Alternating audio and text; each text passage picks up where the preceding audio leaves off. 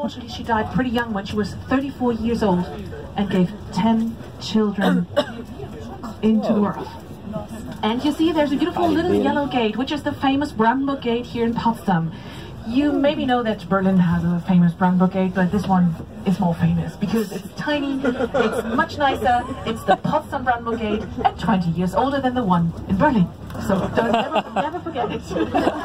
When you look left side through the gate, you see a tiny street, which is the famous shopping street of Potsdam, although each German shopping street is having the same shops. Pretty bad, but it's pretty nice to have these little Baroque houses. To the left side, this huge red brick building is a former military barrack of the 19th century, because you have to know we are actually right now on an island. Potsdam city center with a beautiful Park Sanssouci and the new garden and Park Babelsberg is located on an island surrounded by the river called Havel. In the 6th, 7th century, there was a Slavic fisherman tribe settling down here, being fishermen, and this settlement was turned into a garrison city in the 18th century because there was a king, Frederick William I, the soldier king, arriving here with 85,000 soldiers, and they were all in this tiny city center. And in the 19th century, the number of the soldiers were rising, and so they had to construct military barracks like the one here to the left, and they are always having, the image of a castle. So as soon as you see a building in Potsdam which reminds you this could be a castle, remember this is a military barrack of the 19th century. In a short moment we're coming to a crossing, and when you look left you will see a mosque. And this mosque is here since 1842 and was never a religious institution in its life. The mosque we have here in Potsdam is nothing else but a steam engine house, you can say. It's a cover of a steam engine. You will see it here to the left. It's a beautiful mosque, and inside there is the biggest and strongest steam engine of the 19th century of the company called Borsig. And this mosque is located directly at the river Havel, which is directly behind it. And the machine in this mosque is pumping the river water up to a higher spot to Sanssouci, and then all the fountains in the park can work. Which means without the mosque, there wouldn't be any fountain in the park even today. Nowadays the work is done by an electric machine. To the right side you will see a beautiful house, which is my childhood times of the 80s and 90s. Please don't be shocked, the one here to the right side. When you see such rundown houses, remember, we still try to figure out who's the real owner. After the war came down, a lot of people returned but don't have any papers, any evidence anymore about their homes and houses. So we're still trying to figure out to whom it belongs. And when you have such a home and you have to renovate it, but it's protected by the UNESCO, then you have to pay a lot of money for the renovation. Now you're here in Potsdam West. This is a former suburb of the people working at the court of the emperor, which means they were pretty rich. 12 rooms for each apartment, no problem. 4-meter high ceilings, stucco everywhere, and wooden floors. During the GDR times, the people were living also here, but the quality, the standard was not the best. Freezing cold winters, believe me, I enjoyed it. Nowadays everything is renovated, families are living here and students, but most of them are actually living in Berlin. This is a lie. Left side, this small building where you see this laundry on top is the Waschbar. What is a Waschbar? It's a laundry bar crossover company, you can say. You go inside to the left, and there are washing machines called Olga, Susi, Helga and Hugo. And the dryers are called Bill, Buddy and Elvis, so you know who's doing your laundry. In between, you're just going to the right side, there's the bar. You can have your breakfast, dinner, whatever you think of, your beer. And if you want to gamble, just go inside.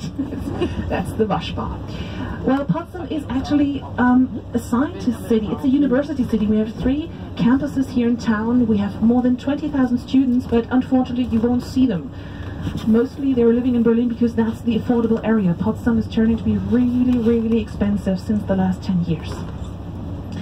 Actually, we have the park, the famous Park of Sanssouci, already to our right side. The first entrance, or one of the first entrances, will show up in a second when we are crossing the street, and it will lead you directly to the smallest palace here in Potsdam, which is Charlottenhof. Don't mix it up with the one in Berlin. That's 18th century, big and huge.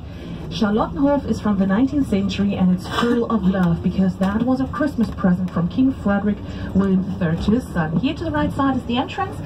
You look down the alley, to the end you will see a little colonnade, and this is pretty much it. The rest is covered behind the trees. Come back in winter when all the leaves are down, and then you will see a tiny white palace. And this crown prince who got this palace as a present for birthday was married to a Bavarian queen. Of course, they don't marry because they love each other. They never saw each other before, but on the paper they already signed, okay, we marry, because politically it is the best version. As soon as they saw each other for the first time, they fell in love immediately, but she was so homesick, she missed the Bavarian territory and country. So he was coloring the window panes in white and blue, the Bavarian traditional colors, and as a birthday present, he was giving her a little Bavarian house. You can visit this house. It's pretty expensive a night. It's the first and one and only 5-star hotel in Potsdam. Yeah, there's a car, doesn't know where to go to. Okay. He's Googling the way. To the front right side, you will see in a moment a huge black gate. It's pretty handicrafts work. It's the post gate, because the last villa you will see to the left side with a red roof was the first mail and telegraph station of the last emperor of Germany, William II. So he was receiving his mails and telegraphs here to the left, and a servant was taking all the news and letters through the right side gate, the mail gate, the direct way to the new palace, his last residence. And to the left side you will see a tiny yellow arts and crafts house. This was a normal station for the normal people. You will see on top there's still the Deutsche Bahn railway station, but this building to the left was not enough for the emperor. William II was nicknamed being the traveler emperor, so in 1909 William II was getting a station, left side, the emperor station. It's now a very beautiful building again. In the 1990s, the Soviets said "do svidaniya" and left us, and as soon as they left, it was falling apart. For the symbolic sum of 1 Deutsche Mark, the whole territory was sold to a company. That company invested 25 million euros for the renovation, was having a fence around it, and it's still private territory. It's owned by the Deutsche Bahn, the German railway company. It's the Manager Academy. So soon we will see the biggest palace here in Potsdam, which is the new palace. It was created by the king of the 18th century, Frederick II. Maybe you know his nicknames being Frederick the Great, the Old Fritz, or the Potato King. The new palace was his family residence, his guest residence for the summer days. You will see it in a moment to the right side. There's a huge building. It looks red. It seems to be brick. But to finish such a palace in the 18th century within 6 years only, you cannot use brick, because that would take too much time to produce the material and it would be too expensive. And so he was just using huge blocks of sandstone. That's cheaper, and you're just painting the brick on it, and so you give the illusion of having a beautiful brick palace. 400 rooms we have all together, and he was inviting his family members for the summer days here. But believe me, when you get an invitation of the king, he says, "Oh, welcome you to the Sanssouci Palace for the summer days," you know he loves you. When he sends you to the new palace, you know you're part of the creepy family. Pretty far away from his private residence, but when you look to the right side, you will see the beautiful colonnades, which is actually the main entrance to the new palace. And the whole territory to the left and to the right is now, or since 1991, part of the University of Potsdam. This is one campus out of 3. Nowadays we have here humanities. You can study here languages, history, philosophy, physical education, and of course the main administration of the university is having the best offices here. The colonnades you see here are here since, let me think, 5-6 years. Before that, actually, for the rest of my life, it was always under reconstruction. It was always covered by a scaffold. You didn't see anything, but now, since 6 years, it's ready. And Napoleon was using this gate to visit the new palace, and it is said he was inspired to construct the Triumph Gate in France. So the new palace, which we saw here to the right side, is the western part of the big garden Sanssouci. We have 3 huge parks here in Potsdam. Sanssouci, of course, the biggest, 290 hectares. If you want to walk through the park and using all the ways, I think we have to say goodbye for 1.5 or 2 days. You should wear sport shoes. You shall put something in your bag, drinking and food and a map, because you can walk for about 80 kilometers through this park.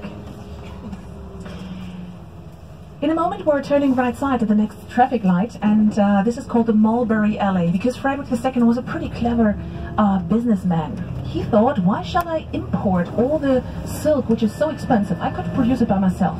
And so he was trying to have the caterpillars, the silk caterpillars, but they only eat the leaves of the mulberry trees. So he was giving the order, grow these trees, and then in parentheses, grow the silk caterpillars. He was pretty successful.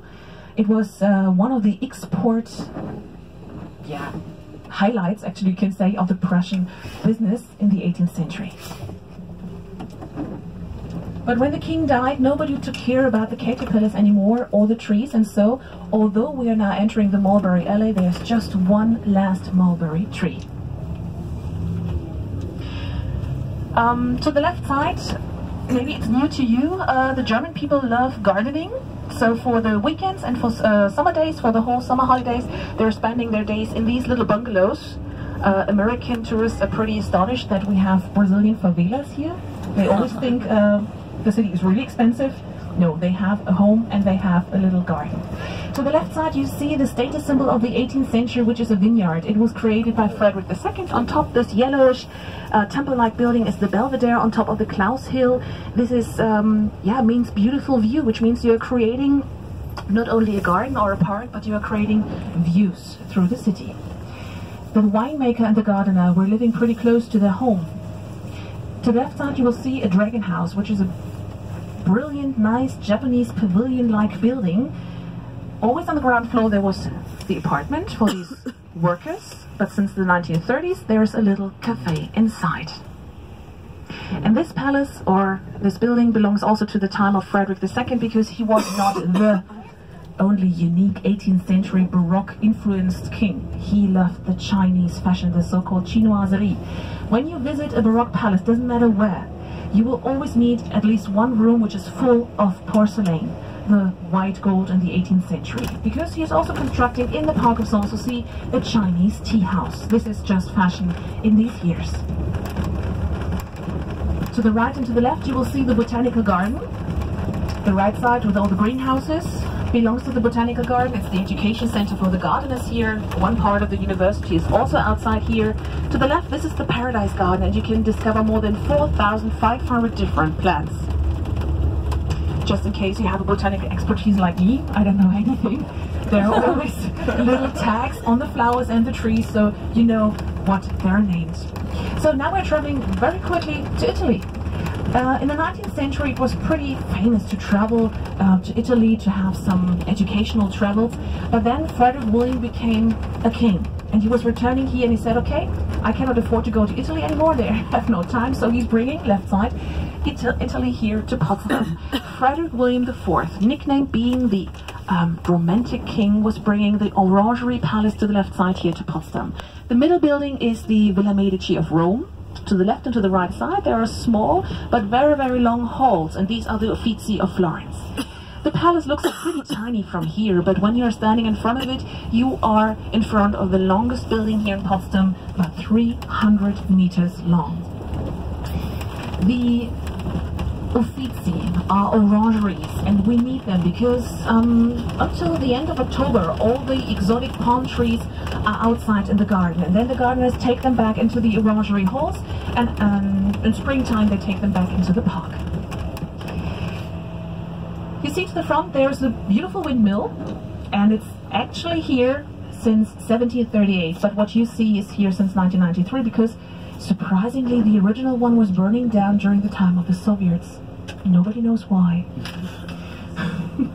So what you see is a present from 1993. But actually there was a miller since 1738, and a couple of years later there was King Frederick arriving here and was constructing Sanssouci Palace. As soon as the king was finished with his palace, the miller went to him and said, okay, you got to go away, I cannot work anymore, the wind is blocked by the palace, so the windmill cannot turn its wheels anymore. Otherwise, the king went to the miller and said, well, your windmill is turning its wheels so loudly I cannot concentrate on my philosophy. So they were having their struggles and fights until the miller went to the king again and said, okay, you made a law. First come, first serves. So in order to prevent that this law is used against Frederick, he was paying the miller, who was leaving then the mill to him. To the right side, maybe you can see him here at the entrance, the guy with the uniform, this blue-red uniform. This is actually Frederick II. This famous, yeah, anti-aging thing is working. He's actually the famous king, known as, of course, a war king. He was leading 3 huge wars in Prussia and Europe, and he was also famous for arts and philosophy and playing music. So when you enter here to the right side, you will visit his beautiful Sanssouci Palace, the second smallest palace we have here. It's the private residence of him, and it is that the queen, his wife was never permitted to be in Potsdam when he is here. She always had to stay in Berlin. Of course, he didn't love her very much. To the right side, you see the beautiful colonnades, which is actually the main entrance to Sanssouci, but you wouldn't see any postcard picture of it because nobody would know where you have been for vacation. The people need the backyard with the green cupola of the palace and the terraces and the beautiful vineyard. But this here to the right side is the so-called Cour d'honneur, the court of honor. And maybe you'll remember from Rome a big St. Peter's Square. This here to the right side was the small version, the little sister. Fährst du über den Voltaireweg oder? Ich fahre Voltaireweg rum, gerade rüber, dass wir links die Rolle zum Passeio und dann rechts Richtung Blaue Natur. Schaffen wir das noch alles? Ja. Der Fahrer macht das schon. So Frederick II was constructing Sanssouci as his private residence, and he was meeting mostly there with men, high-ranking military officers and famous philosophers of the 18th century, and one of the most important ones was the French philosopher Voltaire. Between 1750 and 53, he was here spending his time with the king. They wrote some letters, they published some books, but they were having hard fights against each other. And for treason, Voltaire was sent away from Prussia. But as soon as they were separated again, they were writing letters again. During their whole friendship, they were writing 600 letters. And in the time they were good friends, Voltaire was giving a present to the king, a little box where you put your tobacco inside. This box the king was carrying all the time with him. He was shot by a bullet, fell from the horse, and everybody thought, okay, that's it. We need a new king. But Frederick is a tough guy. He's lying on the floor but taking out of his uniform a little box, the tobacco box, and in this tobacco box was the bullet. So Voltaire was saving his life. And usually you have to do a huge research work when you want to know something about Frederick, if it's true or not. For this story, you just have to travel to Hechingen, the Baden-Württemberg territory, the Swabian territory, where the Prussian family is actually coming from, the Hohenzollern. And then you go into this castle and you will visit a beautiful the treasure rooms actually, and there you will find the tobacco box, the uniform and the bullet. Fährst du dran vorbei oder rein in die Alexandrowka? Nee, dran vorbei. Dran vorbei, wunderbar. Richtung Blaue Natur. Alles klar. Aber wir sehen sie ja hier links, die zwei. So when we continue straight ahead, you will see to the left side a bit of the Russian history we have here since the 19th century. Since 1826 we have the Russian colony Alexandrovka here in Potsdam.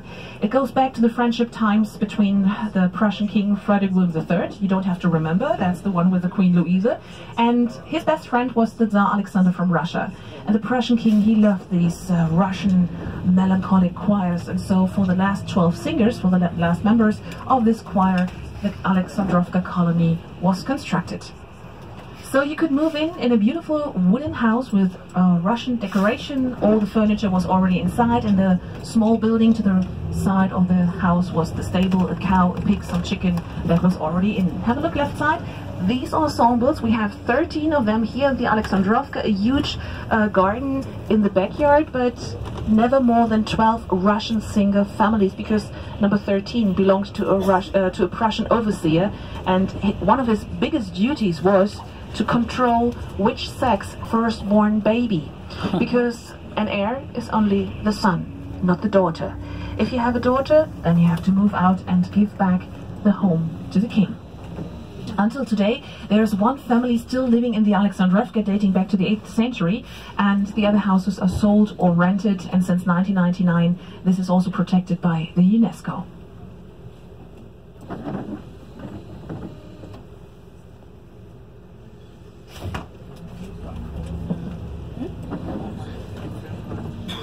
Wann fährt das Schiff? Also das legt 15 ab. 4 an und dann legt es halt dann auch wieder ab, wenn wir drauf sind, ne? Beziehungsweise when you look down the street straight ahead, then you see a huge grey gate.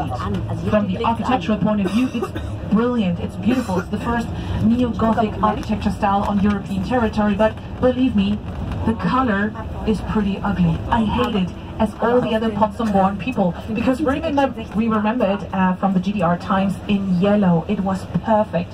But then the UNESCO was doing some research and said, hey, yellow is not correct. If you want to keep the status being on the UNESCO World Heritage, you have to repaint it, and so we had to make it grey again. So take a picture and do it with the computer system in yellow, and then you know what I'm talking about. Really, believe me.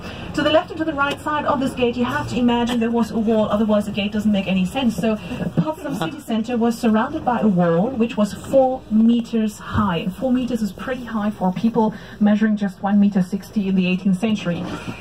Always keep in mind, we are a military city. We have soldiers. Among the 85,000 soldiers, we have 5,000 special guys, because they are so tall. 1.88 meters, that's the minimum. 2 meters is perfect. The kings love these guys, and they're not here on a voluntary basis. They were bought, they were kidnapped, or just were given to, as a present to the king. And so he wants to prevent that these guys can escape the town, and that's why the 2-meter soldiers were hampered by a 4-meter high wall. And to the left side you see little brick houses. This is the famous Dutch Quarter here in Potsdam. We have 134 of these beautiful brick houses. And this is actually an advertising thing of the king in the 18th century.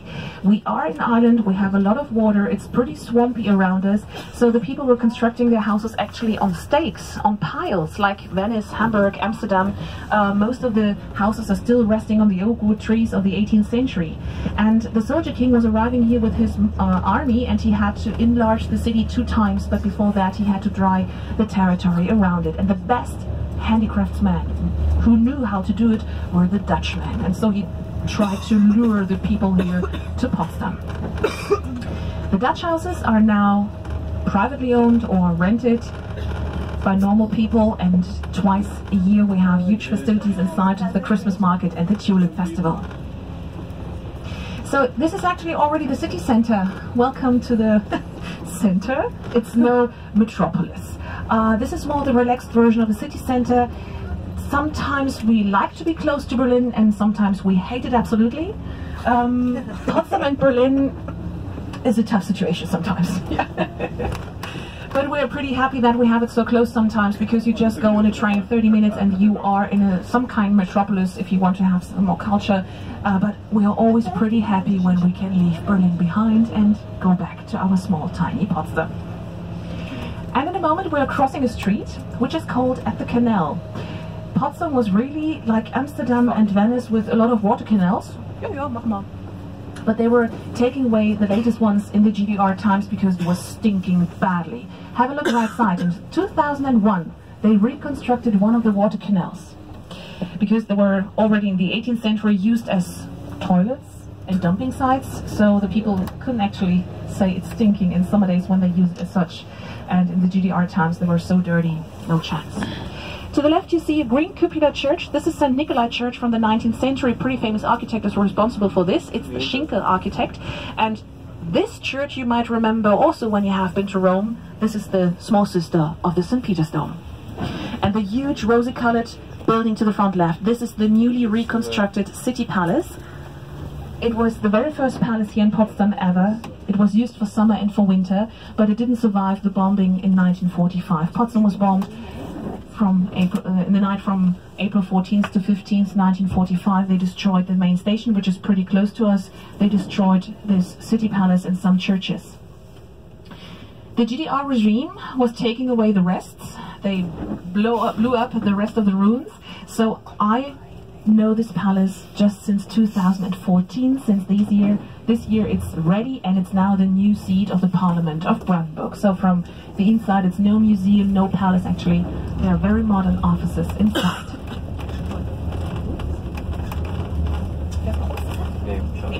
To the left side, this statue is General von Steuben, and that guy was fighting at the side of George Washington in the American Independence Wars. And the American guys, the New York people, are still celebrating the Steuben Parade every September.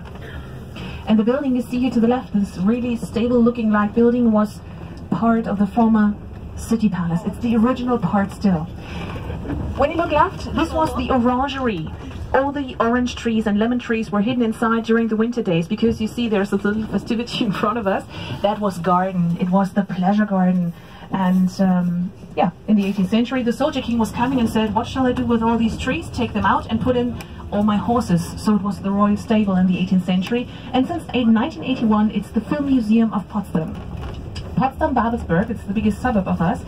There are the film studios and the film park, and we have a more than 100-century-old history in the film industry. And maybe you know these movies, Monuments Men and Glorious Bastards, The Hunger Games, or The Reader, The Cloud Atlas. These are productions that were done here in Potsdam in the Babelsberg studios.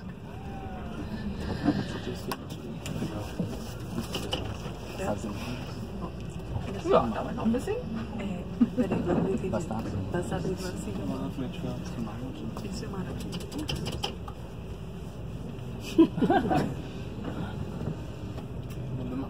Ja.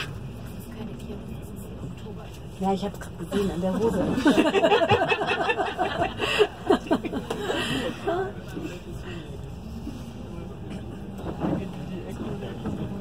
So now it's our chance to drive down the road to the harbor.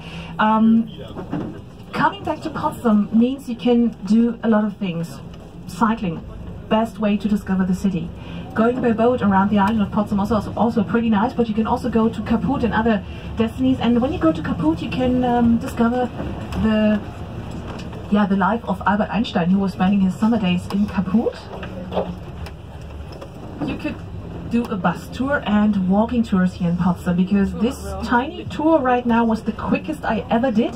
Yeah, actually there's much more to see in Potsdam and much more to know about all the kings and queens, but actually you always remember all the kings and emperors here in Prussia, former Prussia, Potsdam and Berlin, are always named Frederick, William or Frederick William. You cannot mix them up.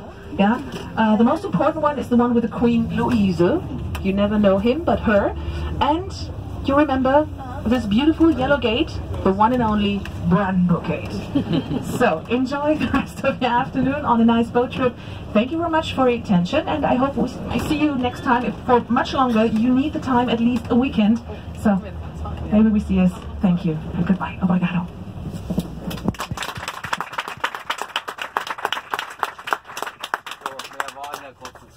Das war wirklich total. Super. Wunderbar. Sehr, sehr gut. Die brauchen es aber jetzt dran, jetzt bis ganz nach vorne. Oh, was für ein Service hier. Oder? Ist das schon auf der Welt? Die Welt, ja, das ist schon. Genau. Ja. Ja. Hier die, ne? Genau. Oh.